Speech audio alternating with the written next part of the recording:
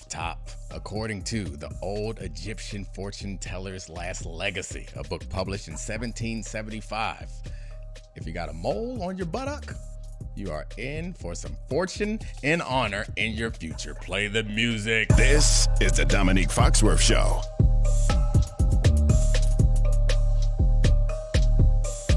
All right, I gotta out you, Charlie. You gave me that off top.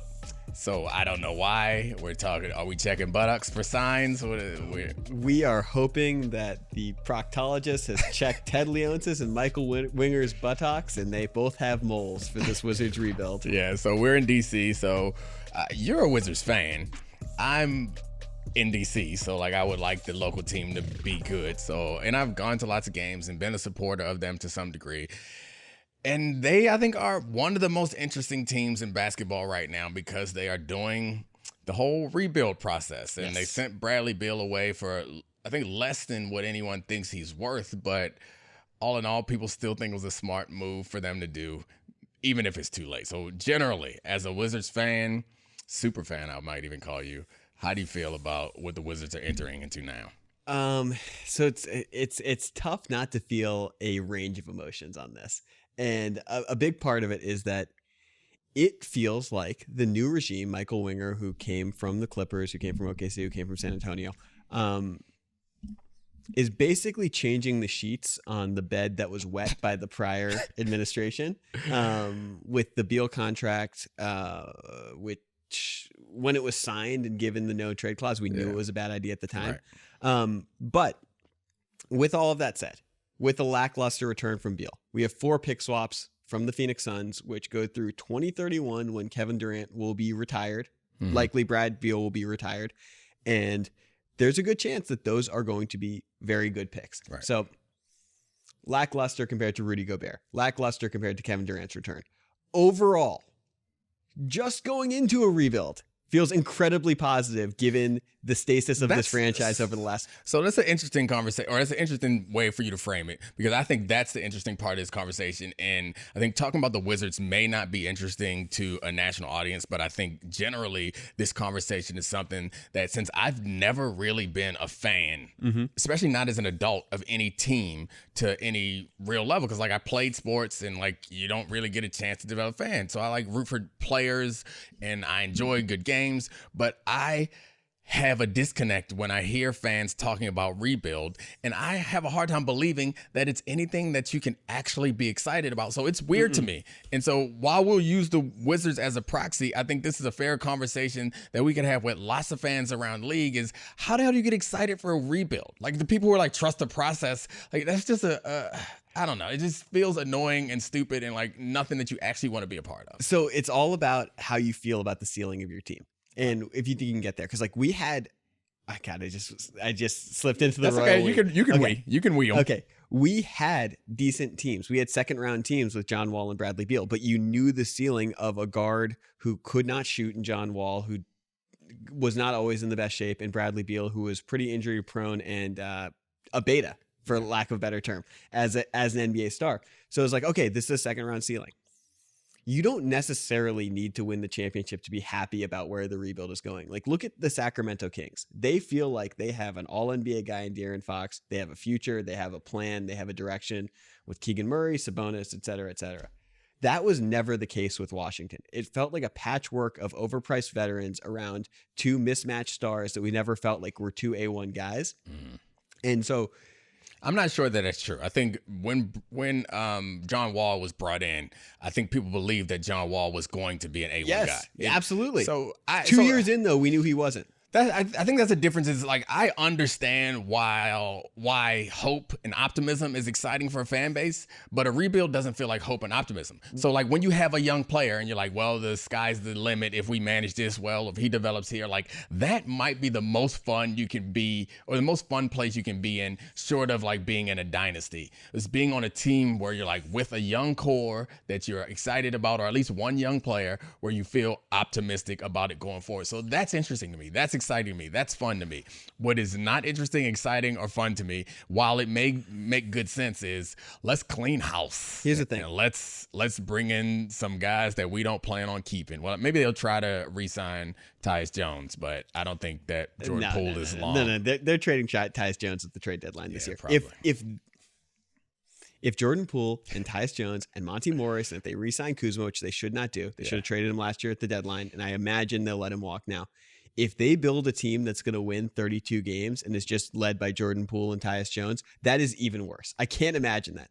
Thing with Wall, I don't want to go through the whole Wizards history. Right. After the lockout, the season that he came back, when we had mixtape John Wall that entire summer and fall, he shot 7% from three. So when he was 21 years old, we knew that he wasn't going to be an A1 guy that we thought he could be when he was 20 years old. It was such an eye-opening thing that there was a glaring flaw to the extreme level that he couldn't be that top guy, that it really capped how much we could expect from the team. The only time there's been exciting DC basketball, and we can talk about this bigger, was Gilbert Arenas. Right. And that was the time, like, we were like, okay, let's go toe to toe. Let's play LeBron in the first round of the playoffs. And we had Soulja Boy and LeBron had Jay-Z, and we thought we were a big deal, but we weren't. Yeah, I mean, I think this market is a unique one that has been kind of underrepresented, despite the fact that we got a hockey team that won the Stanley Cup, a baseball team that won the World Series. Like, the two major sports haven't been very good, haven't been much to talk about. And this is one of the largest markets in the country, probably, I mean, next to New York, LA. I don't know, I guess Atlanta's a pretty big market also. Chicago, yeah, like DC's up there. It's one of the big boys. It's not a small market team.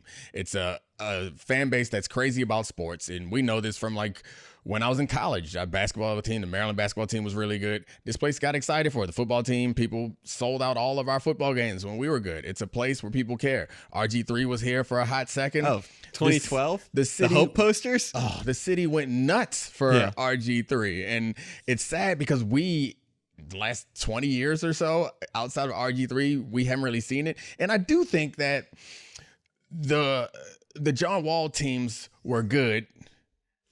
Ish. Yeah, they were entertaining. And this is another part of it. They were not entertaining. It was compared to what we're going to see in the next couple years. John Wall was a reason to go to. Oh, yeah. Yeah. So that's what I mean. So this is, I think, where we disconnect. And I think that maybe oftentimes I might be the one that's out of touch, but I think this is where you, as like super sports fan guy, that there's a small little circle of people like you who listen to all the podcasts and will sit around and play on the trade machine for fun, that get excited about a rebuild. But for everyone else, having a team that's competitive is nice. Having games to go to is nice. Occasionally making the playoffs is nice. And the championship, I get it. We want to win championships. Everybody wants to win championships. But at what cost? How long do you have to be terrible, which is what you're excited for? And what annoys me about some sports is, or some teams and fan bases in sports, like, hey, we just got to bottom out. Let's be bad for 3 years, because it doesn't even guarantee you that you're going to be good. You don't need to fully bottom out. You can do the OKC thing. And it's basically, don't sign your players to toxic contracts. The second John Wall and Bradley Beal signed their contracts, we knew they were toxic assets immediately, and they were degraded around the league in value. Trade players early on, they will still get all of their money. It's not like you aren't going to create this fake nostalgia in an area by being like, look, we've had Bradley Beal or John Wall for 10 years. That's just not how it works. Players have to create memories on the floor by being great players.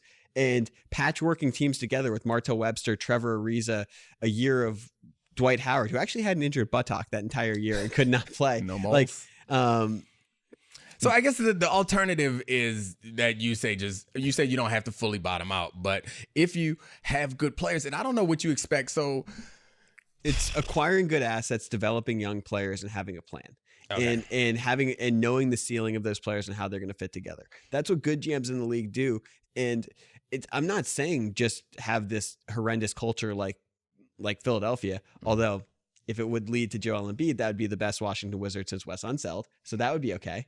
I mean, I get the argument for it, but I guess what rubs me the wrong way is the argument you're making is like, don't worry, the players are going to get paid, which, makes me happy. You're trying to. Well, it's true. It's just let me run through the whole thing. It's like, okay, the players are going to get paid. That makes me happy. We're not doing the players wrong, and they might go somewhere else and be competitive. That'll be fine.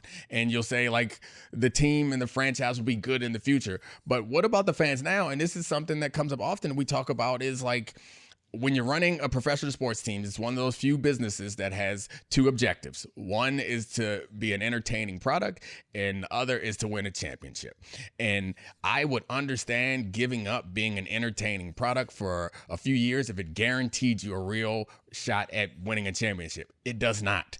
What happens so often is these teams that think that they're in a rebuild, and you're saying you have to have a plan. Okay, I agree. You have to have a plan. Yeah. It's hard to have that plan when you're a GM and you're trying to maintain your job, and it's the whole moral hazard. I think that's how Bradley Beal got his deal, is like the GM was like, man, I got to do something because I'm going to be fired if I don't. Yeah. So let me sign Bradley Beal, which is bad. Like, that's the ownership should step in and take over and make better decisions there, because I do agree that that last Bradley Beal contract was a mistake. However, I don't believe the previous one was a mistake, or the John Wall one was a mistake. Like, I think to some degree, I understand what you're saying. It's a mistake as far as building a champion, but it's not a mistake as far as like satisfying your fan base and keeping people interested. And you're saying that it won't create some sort of like connection. It does. You know what doesn't create connection is being terrible and not having a star that anyone cares about or knows about. I think it gives you a better chance of finding that star that can connect with the city if you have more bites at the apple and you allocate your assets in a way that gives you a chance of building a champion. And I'm like this is not like it was a juggernaut. It was some 55 win or 60 win team that couldn't get over the hump. This is a team that hasn't won 50 games since 1978, since before either of us were born. And so it's like, these were mid 40 win teams in a LeBron led East. Right. It literally felt like a fait accompli that they were going to get to the second round and get swept. Like, we are the best moment in the John Wall and Bradley Beal era was John Wall jumping on the scorer's table after Game 6 against the Celtics in the second round. That was a great moment. It was great and it was fun. But I'm just saying, you don't want to feel like the team has a capped ceiling, and you also, I think, as a Wizards fan, can be frustrated that the tank is happening now when people are looking at the draft next year and you're like, I don't know if there's a single franchise guy. Of course, there will be someone who rises to the top and is a decent number one pick.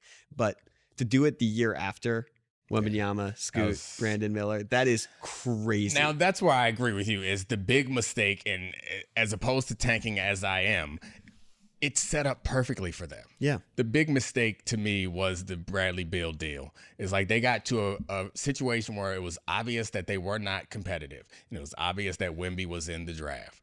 And Bradley Beal was going to command a major deal. That seemed like the perfect time for them to step away. And that's in my mind is the worst move, but I feel like you have a deeper history with this team. Is there a worse move in this recent run than signing Bradley Beal when they could have? But I guess that's not that bad because there was no guarantee that they would have gotten Wembanyama. I mean, it was bad because it's just a team that, like, even if Bradley Beal had been fully healthy, it's like you're capping your ceiling as being a low 30 win team and paying. It reminds me of like the Colts. Yeah. And like when David Robinson got hurt for the Spurs and they ended up with Tim Duncan. It was like, we're not aiming to tank, but I mean, it just kind of worked out that we were going to be bad the year the best prospect in the history of the NBA was available. You also, like, no contract, and I think you agree with this, will look as good as it does the day that you sign it, unless it's like the Steph Curry thing, where it's a total freakish occurrence and he gets so much better. The fact that we knew the second that Beal contract, and even the one before when he could have been traded 2 years prior, were signed, we knew those were bad deals. We knew that giving a no trade clause to someone was going to tank his value.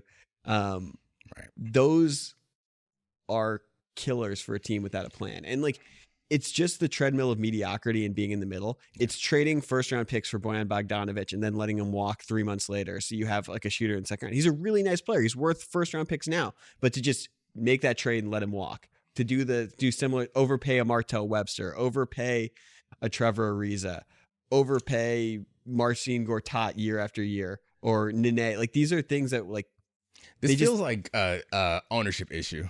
Honestly, it's like as much as like we want to come down on the GM for making the bad deal or those decisions. Like when it's a long stretch like this, it's hard not to look at the owner. But when there's specific decisions like the Bradley Beal one, that felt definitely like the owner should step in and be like, hey, this is not, because it's the moral hazard point. It's like the timelines are not aligned. Well, this is maybe the toxic trait of the Leontis ownership group, is trying to create a connection, loyalty to stars over anything else, and keeping the guys forever. And that's like, in a lot of ways, can be good. And it can be. I love that. Like, that's admirable. That can appreciate that, and fans should appreciate that. Yeah, but that also can lead to Ernie Grunfeld being your GM for almost 2 decades and having disastrous move after disastrous move, and then just hiring Tommy Shepard from your front office with 0 experience. And that's like, you sometimes need to run it as a cutthroat business. Yeah, there has to be a balance between the head and the heart. And I think you and I both listen to the Le Batard show, and you hear like David Sampson on there sometime where it seems clear that there is no balance there. Like I hope he's playing a character, that he's not really that despicable when it comes to business. It's balanced with Dan's heart. Yeah, Dan's heart is way too big. And I'm the king of empathy. I'm Dan Le Batard. I was not asking for a Le Batard impersonation as much as you. Domonique, put me next to you in your darkest moment.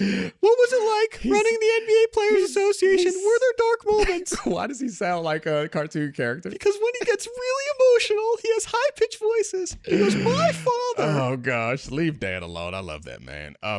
So we a little critical of the ownership group, and we're in D.C. Both of us have connections to that family in different ways. So it's not personal criticism, but if that ownership was not great, they sneaky brought in some new ownership on the side that is definitely a lot more ruthless than they are as owners. So this, if you can commend any move that they made, it was the masterful move of sliding in the Qatari money right after they did the Jordan Poole trade and just before the draft. So we are not going to spend multiple news cycles talking about how the first major American sports team brought in a sovereign fund that's connected with things that are unsavory, like deaths in building the World Cup stadiums. Yeah. We're not going to talk about it because Jordan Poole's in town. Oh, Wemby went #1. They bracketed that thing. That is such a delicious sandwich that they forced us to eat. It's fascinating that this actually got into one of the big 3 American sports and really wasn't a news cycle. Yeah. Because I thought this was going to be a we talked about this like weeks ago, that we thought this was going to be a massive deal when someone bought in. You talked to Bomani about how they specifically could buy into the Lakers and how this could change things. It just happened and no one's going to care. Nope.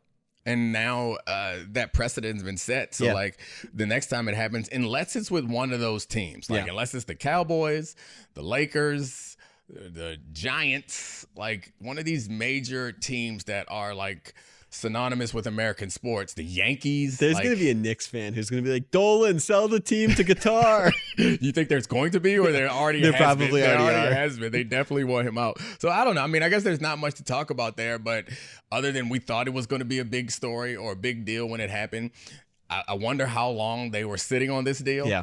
Because, like, I imagine deals like this don't happen overnight. I imagine they have been like, yeah, we're going to drop this just before the draft. It was also like, it was sly like a fox in the way that, because, like, okay, the first news dump comes out. I think it was Woj who tweeted like the details of the original Bradley Beal deal, and it just said and pick swaps. So we didn't know how many pick swaps were in there, and we we're like, they didn't even get a first round pick for Bradley Beal. And then we get the Jordan Poole trade, and that second news dump is when we find out, oh, you get pick swaps all the way to 2031, and by the way, we're selling part of the team to Qatar. Wemby got drafted, guys. Everybody, the greatest prospect in NBA history is here. Like, it's nothing to talk about. CP3 is going out to Golden State. It's just so much more to talk about other than that. And I mean, I guess there's not much to say on it, but like, I think more than anything, I wanted to bring it up just because I wanted to be like, hey, you didn't get it past us. It's nothing to say, but you didn't get it past us. PIF is trying to buy into the ATP Tour. It happened exactly what we're talking about. Like this is happening at a speed that even I am surprised by. What's the impact on the valuation? Like, I can't even pretend I knew what the Wizards and the Capitals and Monumental Sports were worth before, but they were giving it a $4 billion valuation after that buy-in, and that seems high. I guess that's just like how valuable NBA teams are going to become, and I guess that's part of what we were talking about, the fiduciary responsibility of other ownership groups to let this happen because it makes their franchises so much more valuable. Yeah, it does improve or increase the value of all the teams. Before we go on to Roses and Thorns, the last question I have for you is, as we were talking about the Wizards kind of being a major market that should be an attractive destination for free agents, that should be one of the premier NBA cities and hasn't been since they were the Bullets, or at least haven't been competitive at a high level. Are there other cities like that? I was trying to think of other, and I guess the Knicks come to mind as a team that hasn't lived up to the hype, but they still feel like more significant. They made Melo. Yeah. They've had significant runs that were important, and I mean recently they had a little bit of run. The Wizards haven't had it at all. Is there another major American metropolitan area that has been failed as miserably as the Washington fans have been, and including football? Like, I guess we can't say they've been failed. We got hockey and baseball, but just focus on basketball. Is there another basketball city that's been failed like this? I feel like if you're in Utah, you can't be mad. No. Like if you're in OKC, you're like, hey, anything we get, we're excited about it because there is not a line of top free agents clamoring to come to OKC. But I kind of feel like DC is a place where guys would want to be. If they want to be in Philly, if they want to be in New York, like DC is in that same general ballpark. Yeah. And for the record, we have what seems to be like a stable, morally upstanding ownership group and a plan and a path now. I would like to state it. I feel more optimistic about the Wizards today than I did a week ago. But to me, it feels like Atlanta. And Atlanta's had slightly more success. Like they had a Super Bowl that they could choke away. They had Luka Doncic that they could trade for Trae Young. Ugh. They made that run to a conference I'm not going to finals. let you count trading Luka Doncic as having success. But I mean, Trae Young had a little bit of success. And I mean, those like 35 seconds they had Luka Doncic would have been better than any stretch the Wizards have had in 50 years. I mean, that makes it worse. I feel like they might be worse. They might be worse because we didn't trade away a MVP caliber player. That's not something we did here in DC. Yeah, to me, that's the one that stands out, and it's also like it's a city like DC that people want to be in and should attract stars, and hasn't really attracted a star player since Domonique Wilkins. I mean, there have been Julio Jones, there's been Matt Ryan, there's been Trae Young, but those guys aren't even in basketball. I think if we focus in on basketball, I think Atlanta is perfect. Like it's a place, at least, and maybe it's not as much so for athletes now, but athletes of my era, when you retired, you moved to Atlanta. Yeah, and that's where everybody wanted to be. Everyone would go to Atlanta, and I guess I don't know where it is now. Were they going to Texas? Oh, that's LA. I think all basketball players go to California. They all live in LA now. Yeah. Or Miami. Yeah, Miami. No state income tax. Save that 9.3%. Well, I mean, when you retire, you're not really worried about the income tax. Cap gains? I guess capital gains. Oh, well, now we're turning into a fun financial podcast. You know when it's time to go? When you mention capital gains tax. All right, Charlie, time for Roses and Thorns. Thanks, bud. He's so good! How has Domonique been lately? Bad or good? Let's find out. This is Roses and Thorns. And now, everybody's, or just my favorite part of the show, with my favorite person, Roses and Thorns. Hey, Ashley. Hi, Domonique. You're not my favorite person right now because you're late. Okay, you know what? He hates being late, and I'm not going to lie. He called me at 12:08, and I was like 2 blocks away. And I was thinking, as I was driving the whole time, I was like, okay, this starts at 12:30, and I don't need makeup, so I can get there like at 12:15.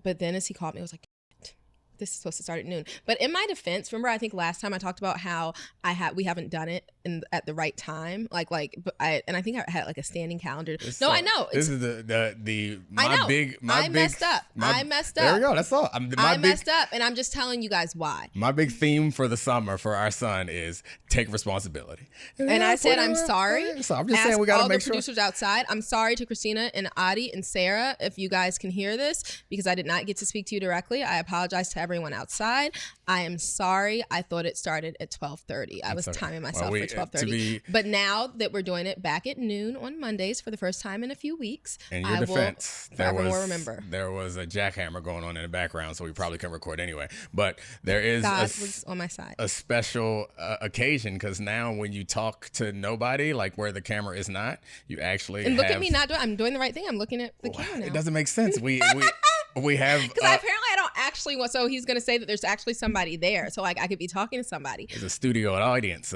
We have a one-man studio audience who's gonna later be a one-man guest. And the guest, he's just everything to the show right now. Yes, thank you. But I think that's proof that I actually wouldn't want to see anybody. I think if there really were like a bunch of strangers there, eventually I'd probably get into it and be like talking to people. But like I don't think I could be the Kelly Ripa that I profess to dream to be, because I'd be like, oh my God, there are people out there. Let me just look at my camera like I'm supposed to. Super special guest. I can't hold in the secret any longer. It's Jalen Hurts. Everyone get excited.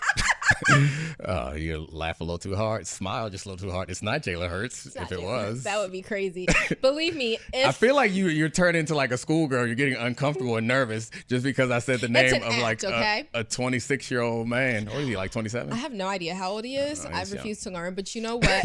Will that make you feel uncomfortable? I don't know, because I think of him as old. But we were watching the NBA. We were away, so we'll talk about our trip and then we'll get to our guests in a minute. But we were away, and so normally, like if he watches sports stuff, he'll go like to our basement if we're at home, and I don't really see it unless it's something I independently want to watch, like a football game that's intro. I do like some football games, or like the NBA finals, but typically he'll go downstairs. I would never typically see any of the NBA draft. I don't know what any of these kids look like. There's one, the Thompson twins. Wemby. Oh yeah, Wemby I knew of because I'm obsessed with Good Morning America. Like the days that George, Robin, and Michael are all on together, I'm just like, I know today's Aren't they the cast though? They aren't on every day? No, they're not. A lot like Michael Strahan, especially during football season, is rarely there on Mondays. George is a lot of times they're on special assignments. So like I would say it's probably just like 2 days a week where you get, maybe it's 3. There are some periods where you don't. It's like rare to see all the. Who do they send to Ukraine? Do any of those 3 go there? That's the guy with the accent. Oh, so it's not one of the big 3. No, the big 3 don't go into war zones. One of them has been there to interview Zelensky and his wife. I don't know if it was Robin Roberts or George Stephanopoulos, but anyway, I'm obsessed with that show. And so I'd heard ESPN, of Wemby on Robin. there. Yes, oh my God. I had heard of Wemby on there because Robin went to France to interview him. But otherwise, I don't know who any of these kids are. Like I don't watch college basketball, high school basketball, wherever they're coming from. But I happen to be Overtime Elite is where the Thompson twins went. And I was like, I saw these 2 baby boys, 18-year-olds. Exactly. Maybe 19. Baby boys getting selected for the NBA draft. And I was like, now this is going to sound awkward for me to say, but especially as twins. I don't know if it works for men though, but you know, like female twins, you can sell them as a pair. Like when you're young and there's like a hot pair of twins in college, it's like, even if they're not that hot, they get attention because it's 2 of them. Like it's like exciting, right? But I don't know if it works that way for males or not. But when I saw them, I was like, their faces, I mean, I'm not saying that they're Jalen Hurts, but like they could be maybe one day like Jalen Hurts level. They could get the cover of a magazine, especially with 2 of them. And it seems like that'd be great. Like, I don't know how good they are, but as far as like selling themselves and marketing, they're incredible athletes. We'll see what happens, how good they are. But they went 4 and 5, which is amazing. It's such a good story. Yeah, it is pretty great, and they seem to be like have their heads on straight, and their outfits, as I recall, were better than other people's outfits. They weren't no fun though. Their outfits were. I'm good with that. I like a little bit more fun. This man dresses boringer than anyone you've ever met, but he likes a little bit of fun. I mean, yeah, you can't throw a football, but you like Jalen Hurts. So like it. Just because you can't do it don't mean that's true. When I first started this podcast, I did not think it was going to be a Jalen Hurts fan appreciation podcast. I feel like every episode that is the most recurring theme is, you know what, guys. Jalen Hurts is hot. It's been established. We got it out the way early. I wouldn't say he's hot. I'd say he's beautiful. Jalen Hurts is beautiful and talented. And he has a master's and he's a feminist. Smart. And he's dealt with adversity and having to leave his first college and go to a second one. I don't just like him because he's attractive.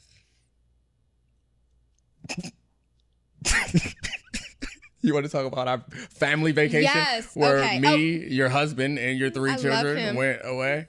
My husband I'm talking about. I love him. Yes, we did. We went to my favorite spot, Miami. Make fun of me if you want. It's like, I don't know if it's my favorite, but we do go there the most of it everywhere. But first we went to this water park, which I would highly recommend, guys. People out there with families. This is like, no one likes us enough to give us any sponsorship. So this is just sincere. Speak for we yourself. went to this water park called a hotel, JW Marriott, at a water park called Tidal Cove. I think like the resort is called Turnberry. And it's great. It feels super safe. It's got fun water slides for all ages that look a little cleaner. You can get cabanas there. Like it looks a little cleaner. The rooms they have like a range in sizes. So like different costs. There's also like a cheaper hotel right across the street. But here's the best thing about it, guys. There is a big mall right across the street. So like the first night we got there, it started pouring. No worries. Domonique just took the kids to movies. I did not go. And you can you don't have to eat hotel food all the time because you can go right across to the mall. So we were there for 2 nights. And even though typically I'm like, last time we said we were going to go to Six Flags, or recently we said we were going to go to Six Flags, but we didn't have to go, y'all, because there was thunderstorms here that never happened. So our daughter was pissed. So I'm not a fan of going to most adventure parks, amusement parks, water parks, whatever. But this one just feels nice. And I highly recommend it's like a quick family trip. It's like 40 minutes from Miami. And then after that, we went down to the beach. And one of the days we went to the Everglades. And so. Oh, that was the best part. It was surprising. It was the best part of the trip, according to all the children, but only one of the kids actually seemed to enjoy it. But once we left, they all liked it. Me and Declan ate frog legs and alligator tails. It was fun. We saw a bunch of alligators up close in their natural habitat. It was pretty cool. I enjoyed it. So I think the rose of the trip for me was definitely not necessarily being in the Everglades, though it was cool. It was realizing how much all the kids separately enjoyed the Everglades. And not the water park, not like being at a nice hotel, getting version mojitos is Avery's new thing. I'm like, they're costing about the same as regular mojitos, so slow your roll drinking them. But I really think they were charging this. Like at one point I was like, sir, like there's no rum in this. Like bring me the shot at least. They don't care. And so that was a rose for me, just how much they liked it, like the natural, and we got a private tour of the Everglades. And I will say, when we were on our little private boat, last time we were in Miami, I was going to take Declan out there, just me and him to the Everglades. I know. So I'm happy that we waited and did it with I the whole was family. like, we're going to go, all of us. We did cheat and get a private boat, like a smaller boat with a private tour guide. And then at one point, and our guy was apparently better at calling the alligators, allegedly. Yeah. It's just that he only had us, so he had more time to look for it and call the alligators. Nah, he's better. How can you be better at calling alligators? I mean, different sounds. Alligators respond to different sounds, and some sounds. First of all, I also didn't want him to call alligators, but they the came point right is, up to our airboat. Anytime he would do his little whistle, the alligators would come, and I'd be like, great, where's the boat with 40 people on a tour with the one guy? Couldn't get the alligators to come, so he got them to come and then tried to share them with the other boat. But I was like, oh my God, I feel so bad. As we were passing. And so we cheat, y'all. When we go to Disney, we get private tours at Disney World. I'm sorry. It's nothing to be sorry about, man. It makes me feel so bad every time we skip the lines and other people are waiting in these 2-hour lines, 3-hour lines, and we're getting on the ride back to back to back. It makes me so mad too. Because it's very expensive. Oh, gosh. Everything is expensive. And he gets free Disney tickets from the job, but they're like, nah, we're not taking a dime off of this VIP tour. But I was kind of embarrassed when we were passing on our little private boat, just the 5 of us, 6 including our tour guide, and my son's in the captain's chair and having a blast, and then this other boat has all these people on it, and I felt really bad. And I said to my oldest, who was sitting next to me, I said, oh my God, I feel so bad. It's like when we're skipping the lines at Disney. And she said, I don't know, I never feel bad about it. I said, I know, because we're racing you wrong, and this is all you know. I know waiting in lines and riding on the normal boat. You don't but anymore. Avery, I mean, I know it. I just don't do it anymore. I forgot it, and I can't go back. That's the thing. We swore we weren't going to always do this at Disney. But you can't go back, because if you go to Disney World, don't ever do it, y'all. Don't ever do it if you can't keep doing it. Don't do it. Once you go to Disney World, the times we've gone without the private tour, it's it was for 2 hours because I wanted another stuffed animal on our last day. One day when Avery was 2. You ride 3 rides over the course of 16 hours.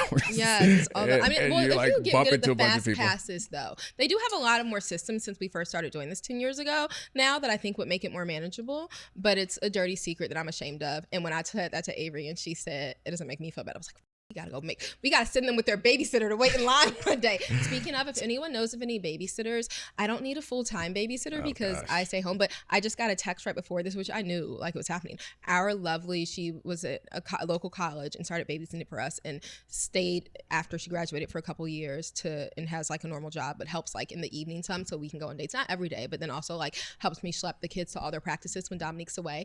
She is moving to Texas for law school, and Texas is home for her, and I'm so happy for her and proud of her. But also, I'm going to be stuck with my kids all the time. So if you know of any babysitters, particularly any that drive, they don't have their own car, they could use Dominique's when he's away. I'm looking for a second parent. I need a new car, by the way. That's my car. We'll talk about that later.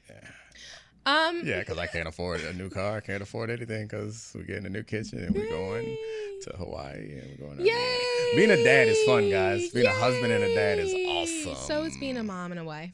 Yay! It's awesome. It is awesome. I love it. I want a husband. It seems pretty cool. Remember during COVID, my sister came to stay with us for like 11 months of COVID, and we're like the period where you could not leave the house, right? And so she was working from home, and Dominique was working from home. And at one point, she was like, "This is so nice having to stay at home." Because I'd be like, even Dominique would like he makes breakfast more often than I do during the week. I make it on the weekends. He would bring her pancakes to her we set up an office for her in our wine cellar, excuse me, because we don't drink wine. It's just a storage room, basically. It's her office. So it became her office. He would bring pancakes to her at her desk. Like I would bring her lunch. The one thing that annoyed her is I'd be like, "Lauren, it's 6:00 in dinner." She's like, "You guys eat way too early." I'm like, "Well, we have kids and I've just been cooking and watching them do school all day. So I get these I would make the fanciest dinners and they'd be done. Sometimes I'm like, shoot, it's 4:30 and dinner's done. Everyone's going to be so annoyed with me. But anyway. Is there anything else from the trip you want to talk about? Well, do you have a rose or a thorn from the trip? It was a great trip. I mean, the thorn is my son got swimmer's ear. Oh yeah, he got swimmer's ear. That was a thorn. It was a thorn, and then also just doesn't care. And he doesn't. So it was like he was like miserable in pain, right? Like crying. Luckily, it was towards the end of our trip, and so our pediatrician calls in some drops down there. He gets it a lot, or I get it before. Calls in drops down there, and he's taking painkillers, so he feels a little bit better. So I was like, if you want, you can come dig in the sand with us, which is my bad parenting, I guess. But to get to the beach, you have to walk past the pool. This little boy plugs his ears and cannonballs into the pool. And we were like, "Declan." And he was like, "I covered my ear." And then later I see him do it as we're coming back out. I see him jump in again with his hoodie. He likes to wear swim shirts. So he had like a hooded swim shirt with his hood on. He said, "Oh no, I had my hood on." He is smart enough to know that did not make a difference. But so that's my thorn. My rose for the entire trip was all the old black men that came up to me. And I'm so proud of you. It's the best thing about the job is it happened today when I dropped Deck off at football camp. I'm a little bit jealous. It was a couple of old black men. It was like, "Hey, I appreciate keep it real on the shows, telling them white people what they need to hear." I was like, "Yeah, you're damn right." And it makes me feel good. It's like getting paid. Well, speaking of being somewhere. Ooh, transition time. I like this, Kelly. As like the token, there are a lot of black men at ESPN, but as the black man who tells people what they want to hear. This is not a rocky transition at all. We have another black man as a guest today.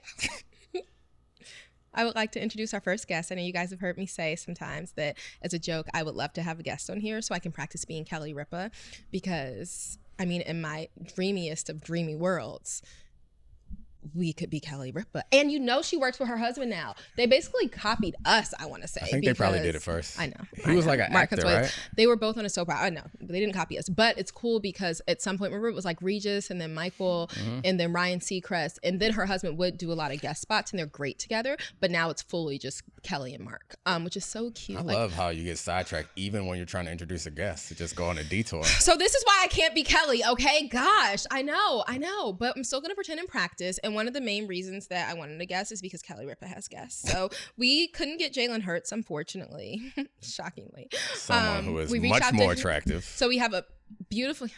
I mean, Roger, don't make me compare Roger to Jalen. Roger's beautiful too. We have another beautiful man. You can't here. even lie. He is beautiful too. You made it seem like it wasn't even close. I think Roger is much better looking than Jalen. Come on out, Roger Mudd. We have a guest, the finest Roger man in DC. I like you. This is great. Whatever. Why are you acting funny? Good seeing you, bro. Man, you smell nice. He always smells so okay. good. He said the craziest thing though. Not we'll the get to that threesome I later, had in about mind, smell. but it works. What'd you say? Nothing. Not what? Not what? We're really gonna talk Some about people that? like cucumbers better pickled. What? I don't get it. And it wasn't for you. Okay, so a couple of weeks ago, we were doing it here in the bathroom. And when I'm so confused. you guys were talking about bringing a guest on, and when I heard that I was going to be the first guest, I was like, oh my God, like I feel like so excited and so honored. Like you guys could have had anybody on here. Let me be honest with you. I was like, let me have I want to have a guest on. I want to have Roger on. You're one of Ashley's friends, and you're fun and interesting, and you come up a lot. Well, her hairdresser, that is her best friend. Yeah, or is it the best friend? No, it's best friend first. Best friend. I defended you. I She know was you like, did. I saw that. That was nonsense. However, I introduced him one time as my hairdresser and later my best friend. However, I was thinking to myself. Sorry, we don't. Like, it's good. Sorry. No, sorry, Shannon. Okay. Oh shoot. Is that better? Perfect. That's perfect? Okay. And then does he need this in? It was just for like looks. Yeah, it's because he looks cool with it. Yeah, it was just like for aesthetical purposes. Yeah. That's all. We love, but if you're a hairdresser, aesthetics matter. I'm They glad do. that you Matters care to about everybody. aesthetics. Oh God, I can Gotta hear. put your arm under the thing. I can hear now. Oh, I'm working. Okay, reset. Okay, so then I was like, they want me to come on, but it's like June. Oh, shut Yeah, up. and That's I'm a like, coincidence. is that? Yep. That's what. Alright, So that's what I'm gonna sell Ashley out because I was like, Let's what talk. we gonna talk to Roger about? And she was like, we can ask him about pride. I was like, I refuse to have I was Roger on to be joking. like, hey, let's ask Although a I gay am dude. wearing a rainbow shirt. I mean, you wear but in my rainbows all defense, the time. exactly. I wear rainbows all the time. Like, I'm kind of jealous that Which, it's by the not way, like. I like it a lot. Thank you. It looks really pretty. Thank you. I'm a You little look really bit. pretty. You do too. Oh, thanks. I'm all right. So do you, honey. I'm a Haters. little bit jealous Oh, Domonique, you're that very like handsome. Thank you. You are. Black women somehow aren't represented by rainbows personally, but it's okay. I'm an ally. But you're so missing I a couple get of the to- colors though. I think like the black, the brown, the white. I know the part that's the like new- kind of the triangle, yeah. the add-on. My kid's school has a really pretty pride bumper sticker, like to represent like pride at their school. And I'm not gonna lie, I don't have any those magnets. I don't have any bumper stickers or magnets. I've never ever had one in my car. I wanted to get one so bad just because I thought it was so pretty. But then I was like, I don't know, is that like good or bad? Like, is it like I'm a fake ally? No, like, I if mean, I'm I just feel putting like it because it's white pretty? people put up Black Lives Matter signs. Yeah. You can put up a. But it's like a I pride just sticker. really love it. But So you and love I mean rainbow. and I love rainbow, but also like I think I probably could do a better job at like being active in like in DC, like my vote isn't affecting much with like I know there's so many laws getting written now that are attacking like trans people or And drag we queens. showed our support for trans people by going and giving our money to Florida. We're such good allies. I know. Oh, but you know what? We shouldn't have gone to Florida. We were serious about it. We should. I know we shouldn't have. I'm a bad ally, but I did at least send him down there in 2 pride t-shirts. I did that. I did thought it wear was a lot pretty of cool. pride t-shirts. Yeah. Because Nike- that was my civil disobedience. Yes, I'll be down here enjoying your beaches, but you're gonna have to look at my rainbows. Yes, we're gonna give you a lot of tax money. Give you a lot of money, but I Nike does pride t-shirts or pride like gear every year. And it's just always so pretty. Dude, so that's pretty. Dominique has a lot of them because I do his shopping mostly and do his packing. So yes, he was wearing his pride shirts all over my I have to admit, I was a little disappointed when I was like, you know what? You guys can come on and we can talk about pop culture. And then I realized that y'all don't know nothing about pop culture, just like me. Kind of like live in our little bubble. I know. We had he came over a little bit ago. Again, I thought it was 12:30. So like, oh, we have time to like eat breakfast and chill. And by the way, I was like, Ashley, I think we have to go. Like, I think we Appreciate have to you, go. Roger. Like, Ashley, My I think we dog. have Did to you go. know? We'll go was switch noon? friends. Yeah, that's what You Roger, remembered you it be was my noon? That it was. That's what I thought it was. I Yeah. really thought it was 12:30 because again, it's been so long since we've done it on a Monday at noon. But anyway, we were watching the BET Awards. I watched them last night, but I also DVR'd them because I love the BET Awards. It's like my favorite ever.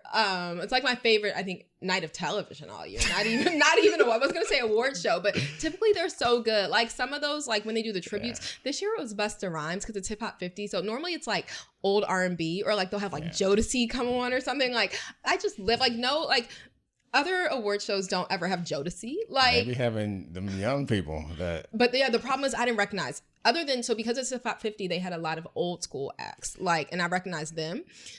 But anyone who's actually winning awards, like the new people, I had no idea Who won? those were. She can't tell it because you don't know. But you watched it last night, right?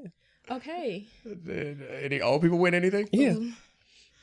Busta Rhymes got a tribute and he said that they told me I have 2 minutes to talk and he went on for approximately 30 minutes and I was nice. thinking long story long. I love it. That's your guy. But no, I don't remember we were watching it was something like, who is this person who was accepting him? Her name said it was Coco Jones. Never heard of her. Yeah. I have heard of Lotto because I used to think it was weird when her name was Mulatto. Rip me out the plastic. And then Roger was like, rip me out the plastic because we saw Because I'm acting Lotto. brand new. And I had never heard. I mean, I have That seen makes that as a nothing to me. meme. Like they show dolls and they're plastic, and it means they're about to like act brand new. Gotcha. Like it's Okay, summer, alright, like we outside, acting brand new. Is whatever. acting brand new different than acting bad? Because I believe this summer is all about acting bad. Acting bad. I think it's two summer different guys. things. Okay, I think good. so. I think so. But how would you define them differently? I think like being acting bad is just kind of like for the girls. They're going out. They're not really caring about their So I boyfriends or can't act whatnot. bad? You probably could act bad. You have to just be out and about. Don't act bad. And then Going to New I York. think rip me out the plastic. I'm acting brand new is more so like I look good. I look cute.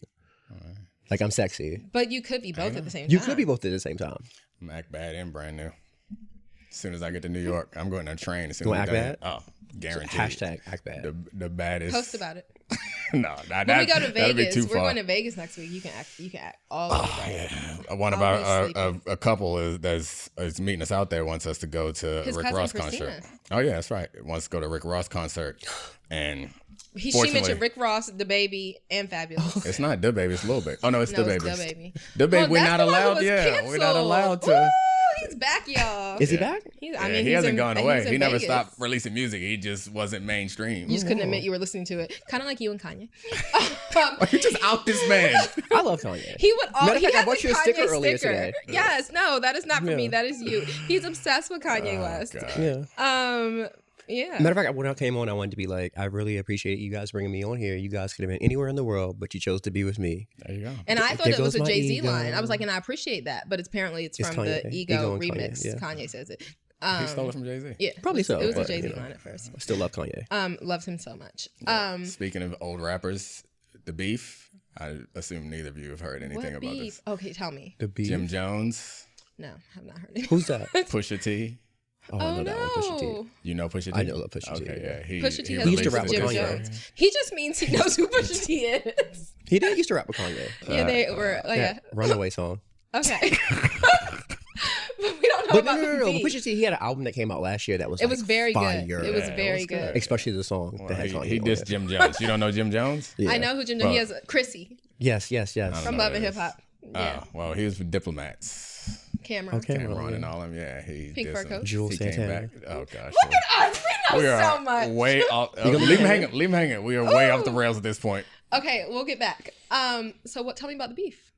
There's nothing to tell you. It was a diss track, and Jim Jones lost and came back and made another song that wasn't good enough. And Pusha T is not to be trifled with. Yeah, I would not. The general rule after what he did to Drake and anyone else who battles him. Oh, he's the one that revealed Drake's baby, right? Oh, wow. That was low. Ooh, any diss 40 who is a Who's terminal. 40? He's the producer. He has a terminal illness, and, Oh, wow. and Pusha T was like, he took shots at the illness also. Oh, Anyway, wow. That lesson. reminds me So, of when if you was it see- Tupac talking We saw about Mobb Pusha Deep in a with sickle restaurant around here.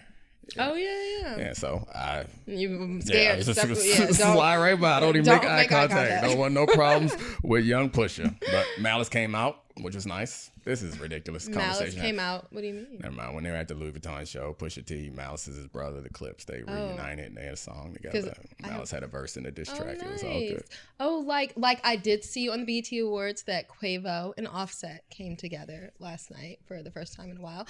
That was like the youngest thing I recognized, but They're not young. which exactly like Versace was out a long time ago. And so I don't know young things. So he suggested we should talk about pop culture. Roger and I realized we can't talk about pop culture.